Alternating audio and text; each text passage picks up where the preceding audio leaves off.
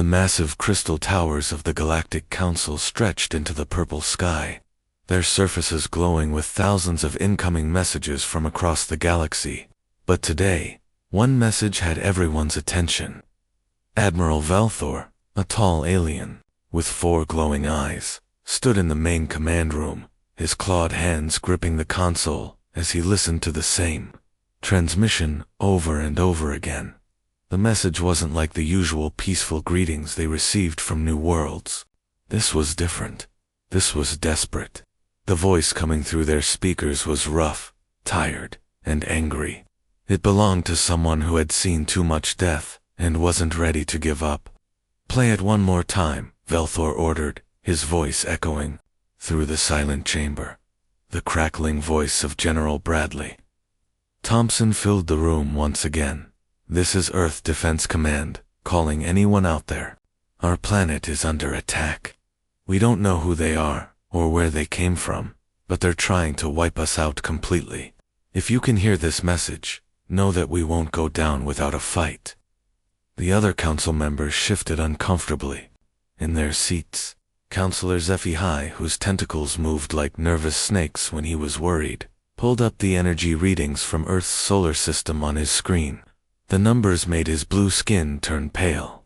The power signatures we're detecting from their system are beyond anything we've seen before, he said, his voice shaking slightly. "Whatever is attacking these humans, it's generating enough energy to destroy entire planets. Our computers are calling it a Class 7 extinction level event. Nothing survives that kind of assault."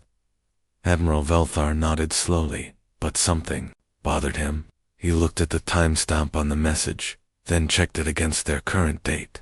"This signal is 3 months old," he said, "and yet we're still receiving transmissions from their system. How is that possible?" The room fell silent.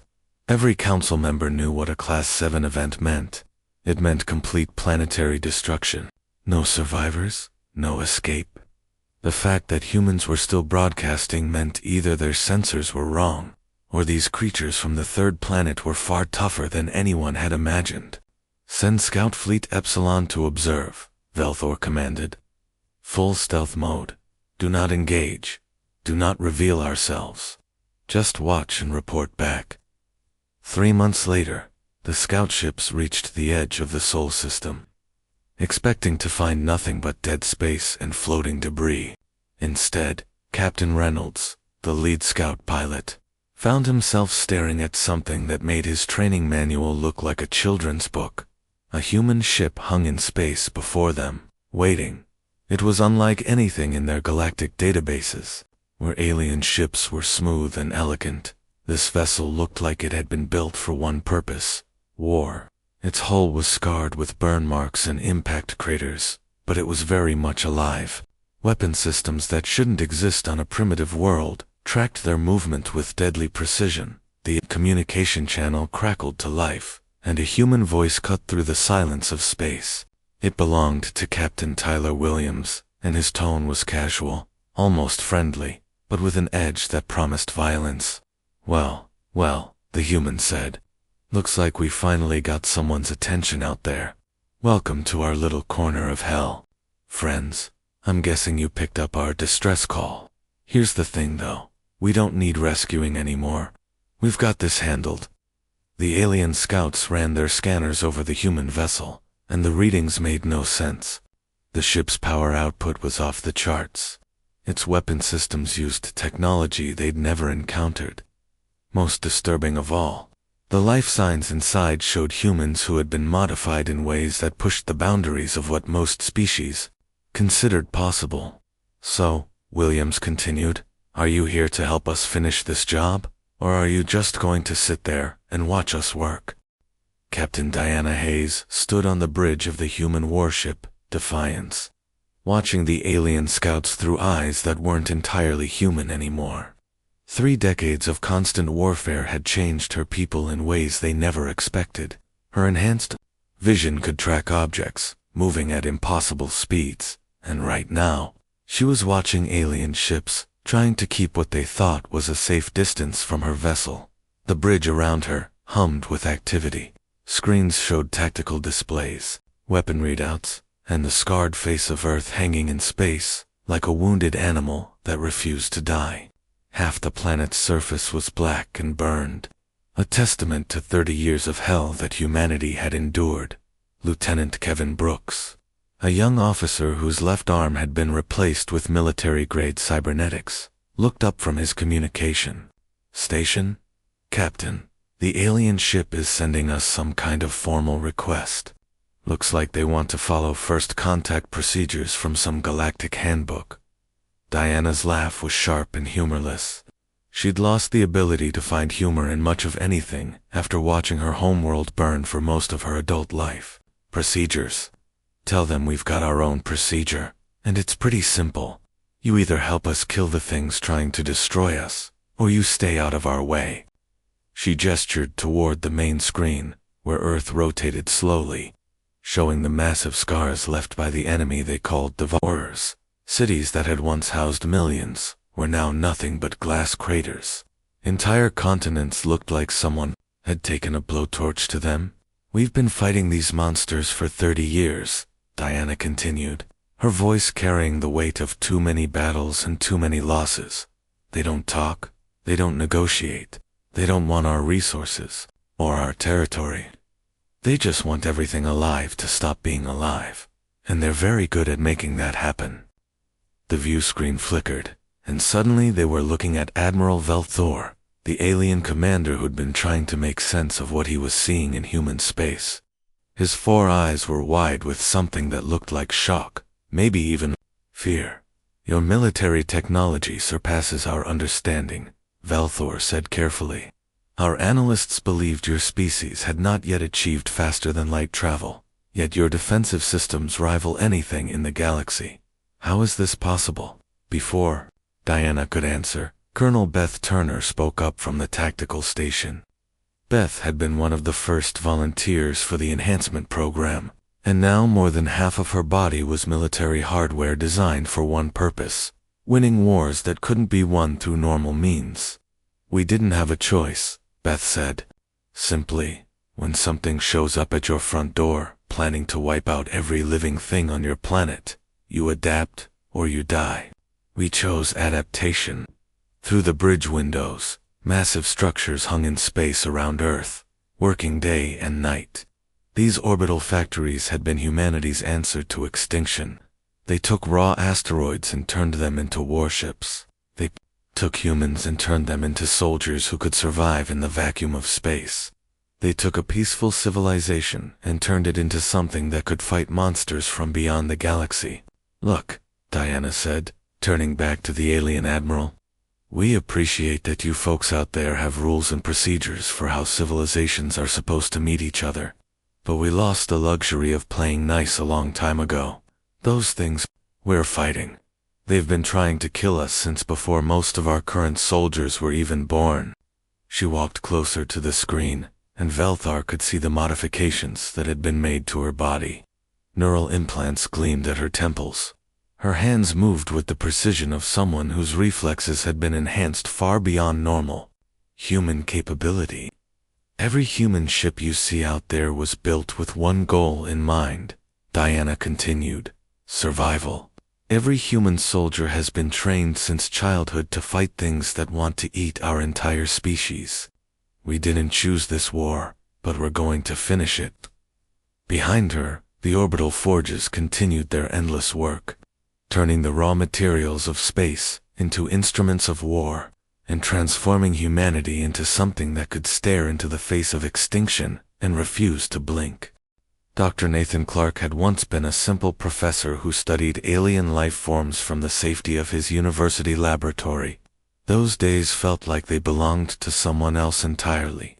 Now, as he stood before the holographic projection that connected him to the Galactic Council chambers, his face told a different story. Deep scars ran across his left cheek from a devourer attack that had nearly killed him. His right eye had been replaced with a cybernetic implant that glowed softly in the dim light. The alien council members shifted uncomfortably in their seats as they took in his appearance. This wasn't what they expected from a species they had classified as primitive just months ago. You want to understand how humans fight? Nathan asked, his voice carrying a mechanical undertone from the vocal modifications that had been necessary after his throat injury. Then, let me explain something that might shock you. We don't fight wars the way you do. We don't fight for territory, or resources, or political advantage. We fight extinction events. He paused, letting that sink in before continuing. When your enemy's goal is to completely erase your species from existence, traditional military tactics become meaningless. You can't negotiate with something that views your very existence as a problem to be solved. The hologram flickered, and Admiral Kelly Wright appeared beside him. Her power armor was a masterpiece of human engineering, designed not for show but for absolute lethality. Energy readings from her suit made several council members' sensors overload just from her presence. Every single human warship you've seen is built on one simple idea, Kelly said, her voice amplified by her armor's speakers. If we're going to die, then everything that killed us is going to die with us. Our ships don't have escape pods. Our soldiers don't train for retreat. Every piece of equipment, every weapon, every tactical decision is made with one question in mind. How do we take as many of them down as possible? The council chamber fell silent, except for the nervous shuffling of various alien species. They had rules about warfare, treaties that limited weapons and protected no. What they were hearing violated everything they believed about civilized conflict. Nathan activated a holographic display that showed human military training facilities. This is what 30 years of existential warfare does to a species, he said. What you call children, we call our next generation of soldiers. By age 16, every human knows how to pilot a spacecraft, operate military-grade weapons, and make tactical decisions that could affect entire star systems. The footage showed young humans, barely adults by galactic standards, moving through training exercises with deadly precision. Their movements were enhanced by cybernetic implants, their reactions boosted by neural modifications. They handled weapons that could level cities with the same casual efficiency that other species' children use to play games. Watch their eyes, Nathan said quietly. These aren't traumatized children. They're focused, determined, and absolutely without fear. They've grown up knowing that every day might be the day their species dies, and they've made peace with that reality. Admiral Wright stepped forward, her armor systems humming with barely contained power. Our training doctrine is simple, she explained. We don't teach victory because victory implies the enemy might survive to fight again. We teach total annihilation. When a human force engages an enemy, the goal isn't to defeat them. The goal is to make sure they can never threaten anyone ever again. Counselor Zephyhi, his tentacles writhing with distress, finally found his voice. This is horrifying, he whispered. What you're describing isn't warfare. It's systematic extermination. Captain Ryan Foster materialized in the hologram, his expression as cold as the vacuum of space. He'd been leading human strike forces for over a decade, and his record spoke for itself. No enemy force that had encountered his units had ever escaped to report back. You're right, Ryan said simply. It is systematic extermination. And here's what should really keep you awake at night. The things we've been fighting for 30 years, they're not the real threat. They're just the advanced scouts. The holographic display shifted to show deep space monitoring stations that humanity had built at the edge of their solar system. The readings they displayed made several council members gasp in horror. Something bigger sent the Devourers, Nathan continued. Something that's been watching this galaxy for a very long time, deciding whether the life here is worth preserving or eliminating. The Devourers were just a test to see what kind of resistance they'd face. He looked directly at each council member, his cybernetic eye focusing on them with mechanical precision.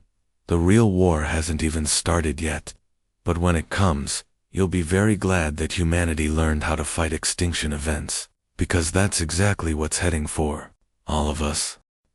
The Kepler defense line had been the galaxy's last hope, a massive network of alien warships and defensive stations stretching across 3 star systems. It had taken the combined forces of 12 different species 5 years to build, and the Galactic Council had believed it was impenetrable. They were wrong. General Rebecca Hayes stood on the command bridge of the human flagship Annihilation, watching through the massive viewport as the defense line collapsed like a house of cards. The Devourer bioships moved through space like a living nightmare, their organic hulls pulsing with alien energy as they tore through the Galactic Fleet's formations. Around her flagship, nearly 1,000 human warships waited in perfect formation. They hung in the darkness of space like sleeping predators, each one scarred from decades of constant warfare. These weren't exploration vessels or diplomatic ships. Every single one had been designed for a single purpose: to kill things that couldn't be killed by conventional means. Commander Brandon Thompson looked up from his tactical display, his cybernetic implants glowing as he processed the incoming data faster than any unenhanced human could manage. General, the Devourer's swarm has broken through the outer perimeter. Galactic forces are taking massive casualties. At their current rate of advance, the entire Council fleet will be destroyed within 72 hours. Rebecca's smile was cold and sharp. She'd been waiting for this moment for 30 years. Signal all ships, she ordered. Operation Extinction is a go. Time to show these monsters what real predators look like. The human fleet began to move, and it was unlike anything the galaxy had ever witnessed. Where other species' ships moved with elegant grace through space, the human vessels moved with deadly purpose. Their formations were tight, coordinated, and absolutely ruthless. Admiral Tyler Wilson's voice echoed across every communication channel in the system, broadcast on frequencies that would reach every living thing for light years around. This is the sole defense force addressing all Devourer entities in this system. You came to our world 30 years ago thinking we were just another species to consume. You were wrong. Earth remembers every attack. Earth does not forgive what you did to our people. And Earth never forgets its enemies. The Devourer bioships had evolved over millions of years to consume entire civilizations. Their organic hulls could regenerate from massive damage. Their weapons could drain the life force from entire planets, and their hive mind coordination had allowed them to destroy thousands of species across multiple galaxies they had never encountered. Anything they couldn't eventually wear down and devour. They had never fought humans. Captain Dana Mitchell watched from her ship's bridge as the human fleet engaged the Devourer swarm. This wasn't the kind of space battle that happened in movies, with ships dancing around each other, firing colorful energy beams. This was systematic extermination, carried out with industrial efficiency. Human ships moved in coordinated wolf packs, using tactics that had been refined through 3 decades of desperate warfare, where the galactic species had tried to match the Devourer's mobility and regeneration. Humans had taken a different approach. They built ships that could absorb incredible amounts of damage while delivering devastating counterattacks. The human weapons weren't designed to disable or capture. They were designed to completely annihilate their targets at the molecular level. Energy beams that didn't just punch holes in enemy ships, but unraveled the atomic bonds holding them together. Missile warheads that created localized space-time distortions, erasing sections of enemy vessels from existence. Commander Jake Peterson coordinated the fleet's movements from the tactical center, his enhanced nervous system allowing him to process battlefield information at superhuman speeds. Target their regeneration nodes first, he broadcast to all ships. Don't give them time to heal. Hit them fast, hit them hard, and make sure nothing survives to report back. The Devourer bioships found themselves facing an enemy that fought, like they did, without mercy, without hesitation, and with the absolute determination to completely destroy their opponents. But where the Devourers had evolved their abilities over millions of years, Humans had compressed the same evolutionary pressure into just 3 decades of pure survival instinct. The battle lasted exactly 6 hours and 14 minutes. When it was over, the Devourer swarm that had terrorized the galaxy for thousands of years was nothing but scattered debris and fading energy signatures. Not a single bioship escaped. Not a single Devourer survived to carry word back to whatever had sent them. General Hayes stood quietly on her bridge, watching the cleanup operations begin. Around her, the human fleet maintained perfect formation, ready for the next wave of enemies that they all knew would eventually come. Because that's what humans had learned in 30 years of war. There was always another threat coming, and the only way to protect what you loved was to be ready to destroy anything that threatened it. 3 months had passed since the last Devourer bioship had been turned into space dust, but the galaxy still felt the aftershock of what they had witnessed. Captain Jennifer Blake stood in what used to be the Grand Galactic Council chambers, though the magnificent crystal towers now showed cracks from the recent battles. The ornate meeting hall had been hastily converted into a temporary embassy where humans could meet with the surviving alien leaders. The atmosphere in the room was strange. The alien council members who had survived the Devourer assault looked at Captain Blake and her team with expressions that mixed deep gratitude with genuine fear. They had been saved, but they had also seen what their saviors were capable of when pushed to their limits. Ambassador Velfair, the same alien admiral who had first intercepted Earth's distress call, stepped forward. His 4 eyes seemed dimmer than before, and his voice shook slightly as he spoke. Captain Blake, the Galactic Council has reached a unanimous decision. We want to offer humanity full membership in our alliance, complete access to our technology, our trade networks, our knowledge. We are prepared to grant your species entire star systems as a gesture of our appreciation. He paused, looking around at the other council members before continuing.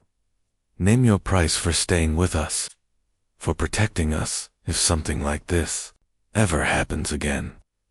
Jennifer's response was exactly what anyone who knew humans would expect. Straight to the point, and completely honest. We appreciate the offer, but we're going home. Earth has been through hell for 30 years, and our people need time to heal. Our planet needs time to recover. The silence in the chamber was heavy. Counselor Zephi, his tentacles moving nervously, as they always did when he was anxious, finally spoke up. But surely you understand that your departure leaves us vulnerable. What if there are more of those creatures out there? What if they come back?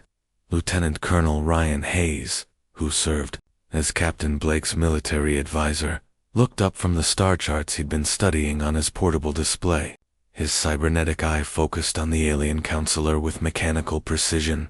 That's exactly why we need to go back and prepare. The Devourers weren't the main threat. They were just scouts sent ahead to test what kind of resistance this galaxy could put up. The alien leaders exchanged worried glances. They had hoped that the nightmare was over, that the destruction of the Devourer swarm meant they could return to their peaceful way of life. Think about it logically, Ryan continued, his enhanced voice carrying clearly through the chamber. The Devourers had technology that could consume entire worlds, but they were operating with limited numbers and resources. Does that sound like a full-scale invasion to you? Or does it sound like someone was gathering intelligence? Captain Blake walked over to the large holographic display that showed a map of the galaxy. Something big sent those scouts. Something that's been watching your civilization develop for who knows how long, trying to decide whether the life in this galaxy is worth keeping around, or if it should be wiped out completely. She gestured toward the areas where Devourer attacks had been most concentrated. They hit your most advanced species first, your strongest military forces, your most important trade routes. That's not random destruction. That's systematic intelligence gathering. Commander Patricia Lewis, the fleet's senior intelligence officer, stepped forward with a datapad in her hands. Our deep space monitoring equipment has been picking up massive energy signatures from outside the galaxy. Whatever sent the Devourers is still out there, and it's getting stronger readings now that it knows what kind of resistance it will face. The reality of their situation began to sink in for the alien council members. They had celebrated too early, thinking that the threat was over when the battle had barely begun. "So what do we do?" asked Ambassador Velthor, his voice barely above a whisper. Jennifer's answer was simple, but carried the weight of 30 years of hard-won experience. "You learn to fight like your existence depends on it, because it does. You stop building ships for exploration and start building them for war. You train your people, not just to defend themselves, but to completely destroy anything that threatens them."